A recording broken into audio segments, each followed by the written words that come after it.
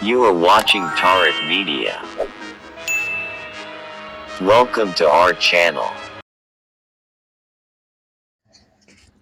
Tarik Media mwenna nsanyusa nnyo okubasanga nga mukyaliko ku mukutu kakati ekiriwo ku ssaawa zino kya mwami Ssegirinya Muhammad okubeera nga yakomyewo okuva mu Amsterdam gy'abadde mu ddwaliro gy'abadde alwalira era nga yakomyewo nga avumbyevumbyemu ateereddemu era ng'agamba ajja kutandikira we yakoma ne struggle wabula yeenyamidde nnyo era n'akukulumira abantu abamu struggle baganda be mu struggle okumulima empindi ku mabega omuli omwami Mufumbilo owaiswa okusinziira ku byayogerwawo nga mulwadde ku kitanda mu Amsterdam n'abamu bye baali basala ne bagamba nti yali yeekozesa bwekoza era yali atumwa gavumenti ya mwami Museveni nti no yali si mulwadde n'akatono. Mwami Ssegirinya agenze mu maaso n'agamba nti bambi tunula bwenfaanana naawe Shuwale ondaba olabanga nali neekoza nali siri mulwadde era bambi ekikwasa ennaku agamba nti ne wano wendi era siri bulungi okusinziira ku badokita bye bamugambye nga agamba era si wakuwangala naye nga alese already akoze ekiraamu olulinnye ku kisaawe Entebbe bw'ati n'akola ekiraamu n'agamba nti ne bwenfanga omwami waiswa Mufumbilo talinyanga ku ntaana yange talinyanga ku lumbe Lwange era naawa maama we omulimu gwa kuyola baafu namba ey'enfuufu agiire mwami Mufumbilo senga aba amulabyeko katugende butereevu mu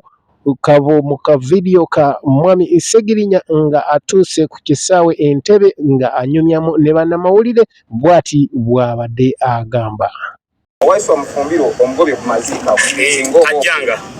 tajjanga era ekyo maama nkusaba oyolanga ebbaafu y'enfuufu n'ogimuyiira omusajja oyo musajja nendwala nenjagala nembanga ngenda kufa mundaba enze nanzenda bwenfalala namwe abamawulira mwe mundaba naye omusajja n'avaayo n'akuduulira ate we nandifudde yandize ate aziike tajjanga okunziika kino nkibagambidde wano tajjanga amazima gakatoka mukulu okunziika statement gye yakola yali statement nnene nnyo kama wange Kyagulanyi ng'ali mu kunsaasira nti omusajja Ssegirinya ng'olabira obulwadde bakama bange bonna nga bansaasira nga nvuma kintu ekyo kyampisa bubi nnyo nga ndi ku kitanda kyampisa bubi nnyo era tesobola kumva ku bulamu bwange olwekyo tajjanga ku maziika gange tajjanga bwanze kyemmanyi nze njo mumusooka okusinziira ku basawo bye baŋŋambye nga nze Ssegirinya kyemmanyi nze njo okumusooka okufa simanyi lwaki yagyogera statement kubanga mukwano gwange olalo simulinaako buzibu naye simanyi lwaki yakola statement efaanana bwetyo disrespect nga nze eteekawo embeera mu bannayuganda kubanga oli mumyuka wa mwogezi wa kibiina ate yeerabira nti oli mumyuka wa mwogezi ekigambo kyoyogera kigenda vayiro oba kiraba bannange ekintu omusajja kye yankola nga nfa kubaako olwo agenda okwogera ekyo amazima gakatono bakamala okunkolako spine operation n'adde bajja mu ddwaliro spinal cord operation n'adde bajja mu ddwaliro nga bakiraba okwetonda kwendako sikwetaaga abeere gyali nange embeere gyendi tetusobola kukola ku munu statement bwetyo ng'afa amazima gakatonda mukubate bagenda kuza gwana nga ndi mulamu era sigala Nairobi nali ngenda kufiirayo kubanga okusinziira ku ddagala lye bantaddeko abaleete empapula wano nzibalage mbalage ne discharge form esente ezigenze bulwadde buno ziri miliyoni 75 sinze ensaasaanyiza parliament waliwo ku Facebook live ne Nsereko Muhammad ne bagamba omulwadde lwaki atujja ku Facebook discharge form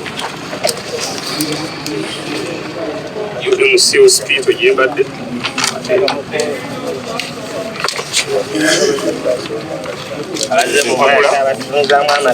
zino zempapula zabadde nfunirako obujjanjabi buli ddagala gye bampa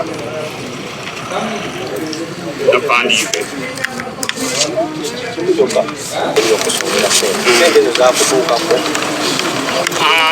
ovudde kulya sente okuntuukako ekintu ekyo bwe kyakolwa kirina bye kitaasanyula nti wandibadde osooka n'otegeeza ab'ekibiina nga tonnategeezaako balala. Kuva wiiki nange nzikaanya n'abayogera ekyo. Naye nasooka mu kibiina kyange ne nkitegeeza ensonga eyo. N'olwekyo eyo nnyinza okugamba nti engeri gye kisaasooka mu kibiina bategeeza ku nsonga eyo naddala ey'okusonda kubanga ey'obulwadde baagimanya ey'okusonda ekyo nnyinza okugamba nti it was a mistake okubanga saasooka mbakama bange kubeera nga mbategeeza ku nsonga eyo ey'okusonda kubanga nabo baali basobolera okukola mekanizimu ensondera singa paliamenti yali egaanye okukola ki yali egaanye okunsondera naye nga ssente ze yansondera zantuukako. I thank God that finally I'm back on my feet. I've been admitted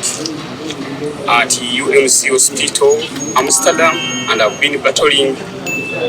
with lung diseases, hypertension, skin cancer, and many other diseases. And they discharged me, but I remained as an outpatient, and I'm supposed to report back at UMC Hospital on 10th October. What your Honorable Ssegirinya Muhammad MP Wekawempe asibyemu akensuso His Excellency Bobi Wine ne omumyuka we Lubongoya n'agamba nti bamuyambye byansuso nnyo era n'asima ne Parliament yadde yajja kikeerezi naye okuvaayo ne ddamu okubanga yasobola okumusasulira obukadde 75 obwa hospital bills so nga ate kiraga nti era nga 10 omwezi ogw'ekkumi ajja kuba yeetaaga okuddayo era okulaba abasawo lwakuba agambye nti tannawona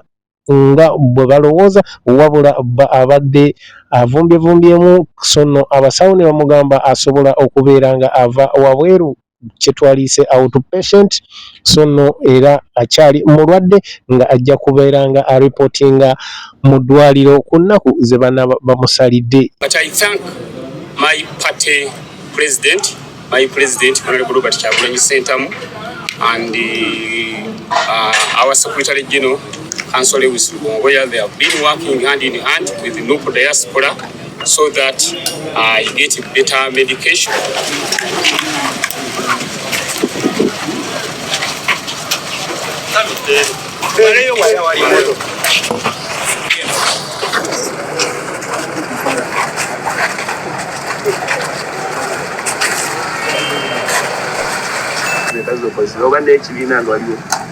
Parliament mukusooka yasooka n'ensuulirira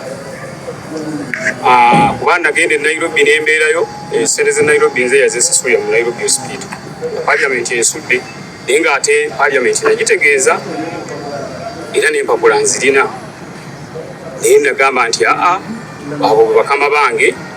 bwe nga bagambye nti tebamanya nti ngenda kutambula bo basazeewo okwogera kakati oluvannyuma lw'ennyo lw'embeera yaliwo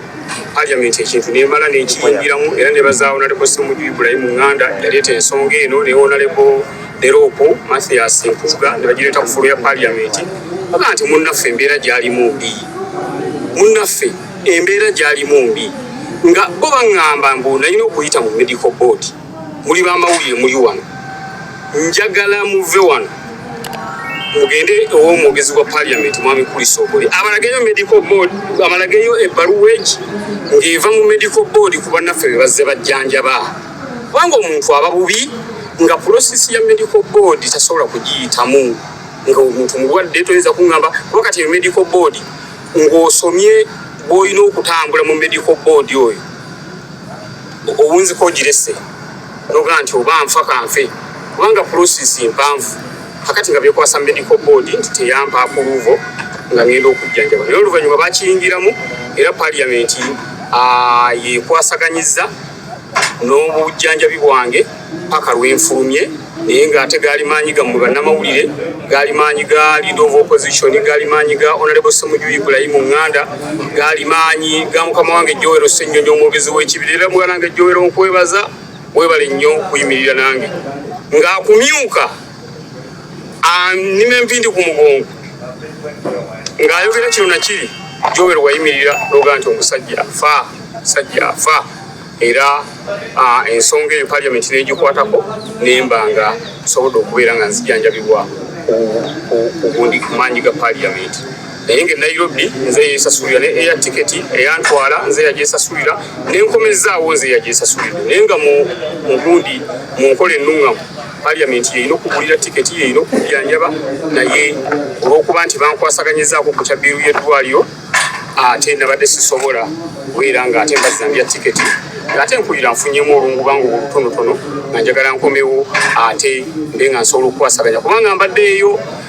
nga njiralengerako ku Facebook katono lengera nga mukama wange ali yekka atambula nga nengera namba mwenda waali nga munana yabulawo mu struggle z'abadde atambulamu akati nga ngamba Ssegirinya nze embula waawo naye ng'obulwadde buluma nga sisobola ate ateekateeka okujja mu Kawempe North okubeera kubagenda kudda mu Kampala kati nga ngamba nti mu Kawempe ani agenda omwaniriza era nga mbeera okwo ku kitanda ng'eddagala balimpa naye ng'ate bwe nsaba Omukama Katonda nti nyamba nzisuuke mukama wange Kyagulanyi agenda okujja mu Kampala artist nga mu Kawempe gyendi mbe nga nsobola okumwaniriza bw'anaakomawo yagambye agenda kudda mu kugamba singa Katonda bakuwadde amaanyi oneetabamu nkakuyegooyo gwagenda siyinza butamwegattako kubanga Ssegirinya ndi musajja wa struggle mukimanyi bulungi nnyo otandika okunoonya abantu abakubiddwa emiggo mu struggle muno ababonaabonedde mu struggle muno toyinza kumbuusa maaso kubanga ekyo nammwe abamawulire mukimanyi nti omusajja Ssegirinya ng'okoze yakafuna so mpitirivu ne bagala singalira musajja muwanvu naye poliisi emiggo gyenkubye nagyo tegiŋŋanya kuwanvuwa eno oba nkubwa emiggo eno bansiba eno bagira bati okutulugunyizibwa kwefunye kiringa mwana muto waka lwafuna okutulugunyizibwa n'afuna okunyigirizibwako nziba kale abantu bensangire banga kale Ssegirinya. Thanks for watching Tarik Media. Don't forget to subscribe.